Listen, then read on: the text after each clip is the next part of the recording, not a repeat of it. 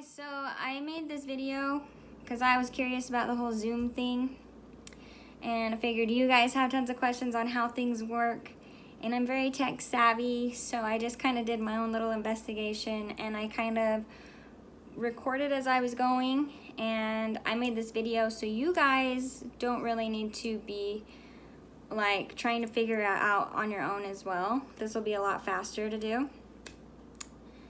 And yeah, so I'll just explain this.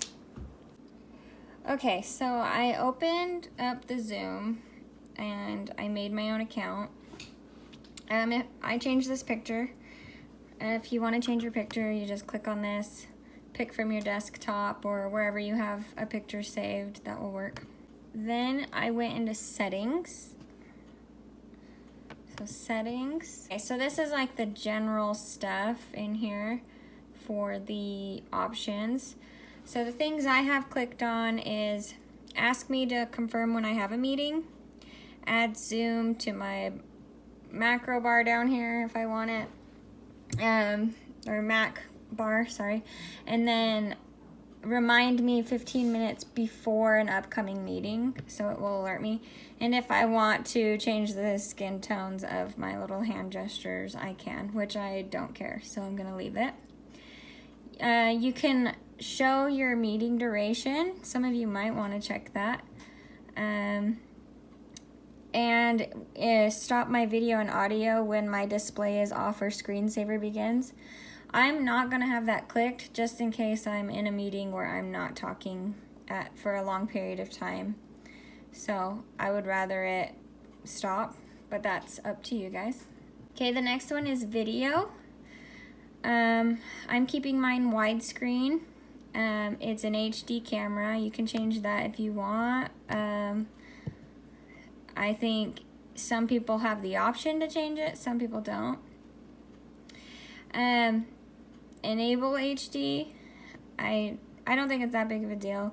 You can touch up your appearance on your face, so whenever you're on here, it can make you pretty. Mirror my video, so that's normal, mirrored.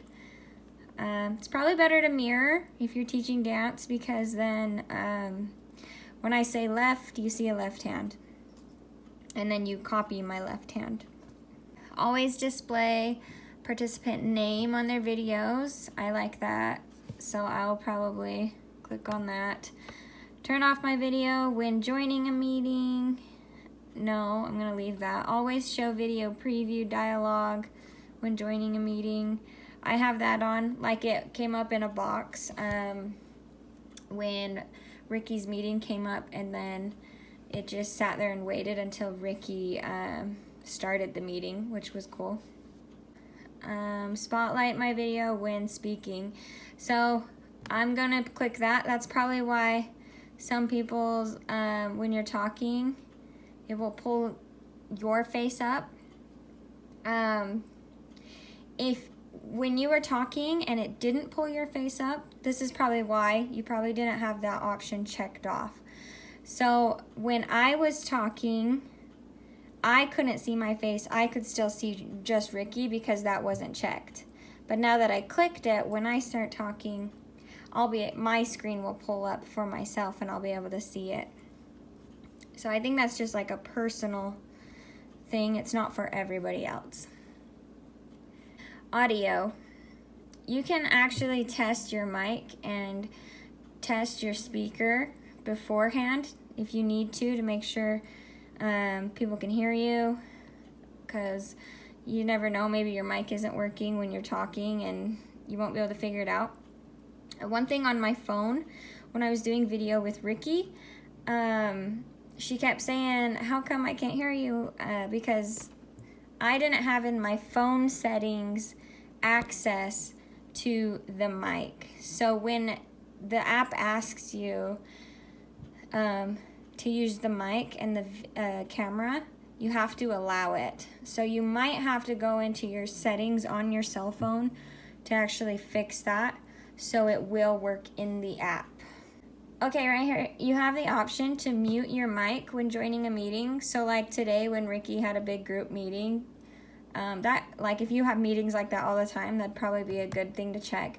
But where we're the host, we probably don't want our mics muted, so I would probably leave that one open.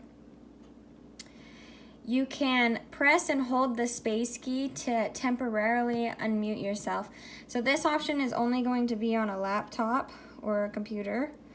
So if you want that option, you can click it. I didn't know that. I'm just finding this out. So I'm going to leave that one. In share screen, there's just a ton of options if you want it to be like big or little. You can go through and pick your own side-by-side mode, scale to fit, shared content to zoom window, enter full screen when a participant shares a screen. So like when Ricky shared a screen, my video went small, and then I had a list of the videos so I could see all you guys, and then over here was her whole computer screen, kind of like in the video that she posted. So this is for your chat. So when people choose to chat with you, you can go in here and change all your settings here. So when people are writing, it will actually pull up on your screen. It might not pull up on your screen, but it will pull up on their screen. But if they choose to write you a message, you can leave that option. So you can tell the kids, if you have any questions, type it in and I will read it. That way we don't have to unmute them. That might help. You can keep all your unread messages on top. I'm gonna click that. Show unread messages, the count. I'm gonna click that. And move messages with new replies to the bottom of the chat. I'll probably just leave that one. You can do push notifications. This is just kind of like your messenger, really, on your like cell phone or your Facebook account, anything like that. So you can play a sound when you receive a message. At first I was going to unclick that, but the next one is mute notifications while I'm in a meeting. So that's actually good. So you can have both checked, and then if you're not in the app, you can have a ringtone, and then if you're in a meeting, it won't bother you. So that might be good. So virtual background, I had to go click enable the feature anyways. Okay, so there was an option that Ricky was talking about with the background being fun. This is how you're going to do it if you can. There's an option that says I have a green screen, and you will click that if you do. If not, your Mac has to be a 10.3 upgrade for this to work. So this is what happens when I click on an image. It changes me because so it says manually pick the color of the background if the detected color is not accurate. So let's pick this. So it's kind of working, but now see my face is gone. So you might want to do like a plain background behind you. You could probably put up a sheet and it will work, and you'll be able to do that. It's kind of funny. So it says manually pick the color. So I would almost pick like a vibrant sheet to set up behind you if this is what you want to do. If not, just leave it a plain background. With the virtual background, I did look at my phone, and this kind of option is not going to be on there. You're not going to be able to do all of these settings. These are all things that you're going to need a computer for. The next option is recording. You can choose to have all of your videos automatically recorded and then saved automatically to your computer, wherever you want them. And this is where you'll just edit your options there and have it changed if you want things put a specific place.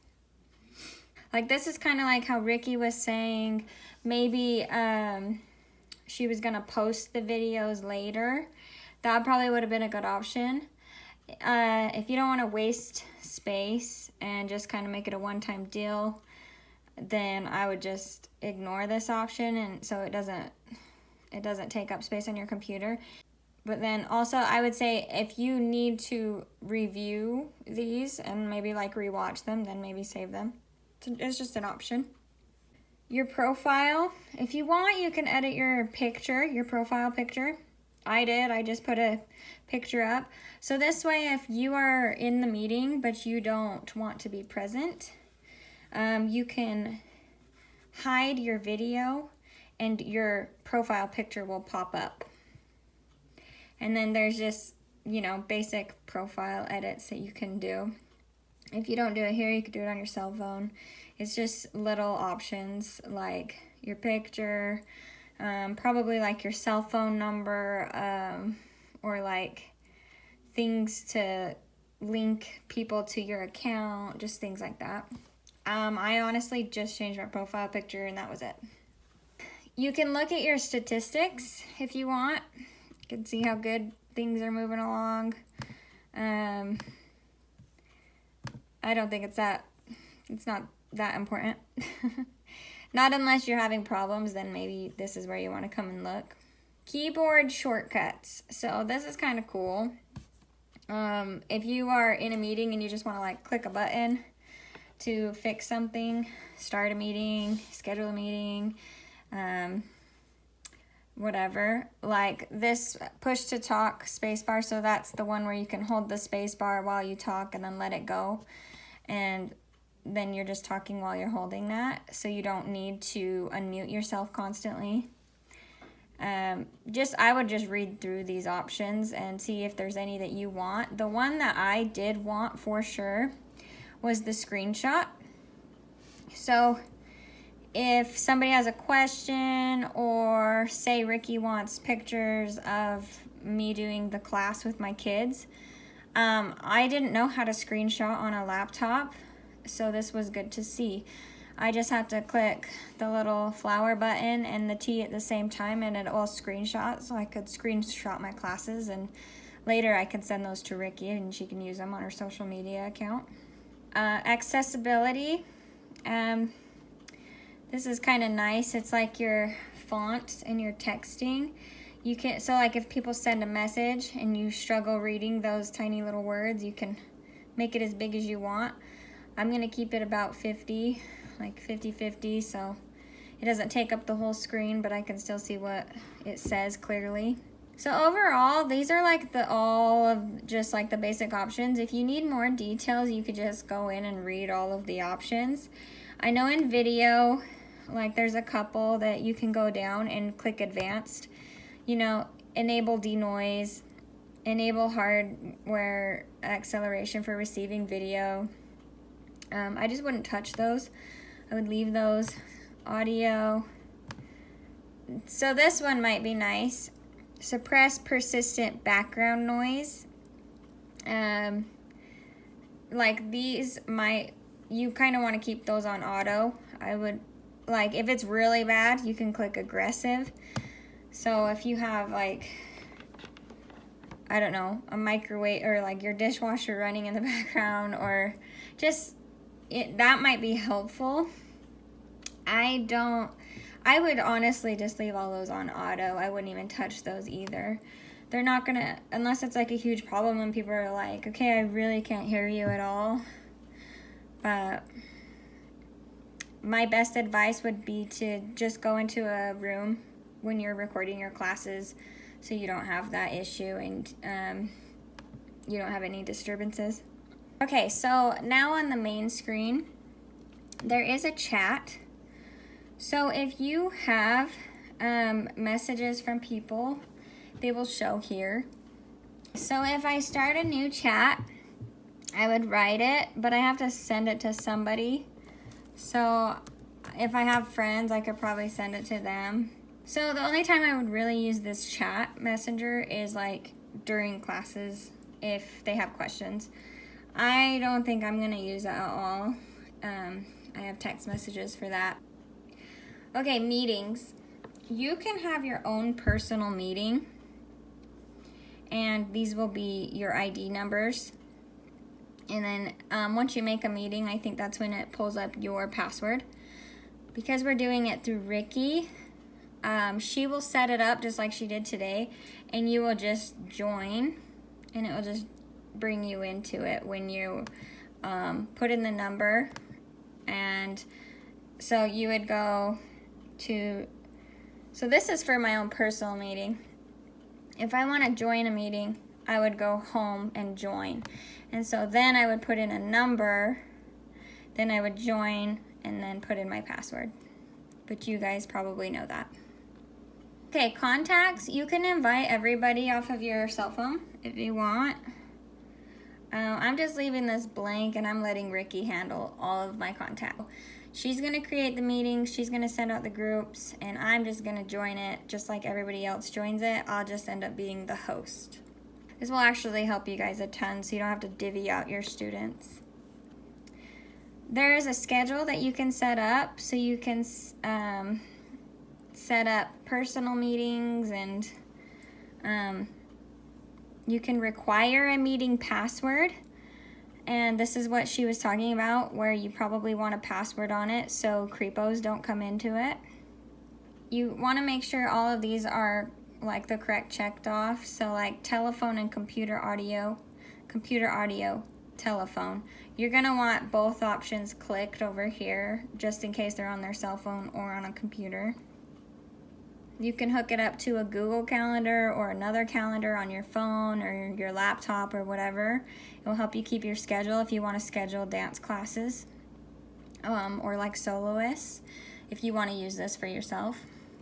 You can have reoccurring meetings. This is really cool. This is just like a good little thing to set up a schedule, and you can do different meetings and just add them as you want. Here's the share screen. So if I want to share with people, you have to put in your computer password. You have to put in your ID. And then you could click your files too, like how she was saying in the screen. That was when it was open. Then I would click the share screen button. It was green when we were in video. That's the one I would click. And then I would pull up and I could click whatever files I had open as an option to show and share. And then over here it will just display any meetings you have. On your cell phone, it will show you also. So that kind of sums up the whole thing. Not sure if you guys have any more questions. You guys are more than welcome to like ask me. I'm usually pretty good at figuring things like this out.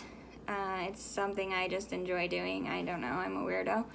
But, so if you guys have any questions about Zoom, I mean, I could answer to the best of my abilities, but I just feel like that was the kind of stuff that was probably the most important for your classes. Again, like you can do Zoom on your phone, but it's just like, I did Zoom on my phone at first and I was like, oh, nice. And now that I've done it on a computer, I'm like, whoa, that's way better. So I highly, highly, highly recommend doing on a computer. If you don't have a Mac, I think it should work fine on anything, really. I don't think it even matters if you have a Mac, but I think that it just works the best. Like if you read the app reviews, it says generally works better on an iPhone, iMac, just Apple products. It's made for Apple, so you're probably going to get a better turnout if it's an Apple product. But it doesn't necessarily mean it's not going to work just as good on another device. I hope this helps. I am a nerd and I like to make videos, so I made this video for you guys. So yeah, have fun trying to figure it out.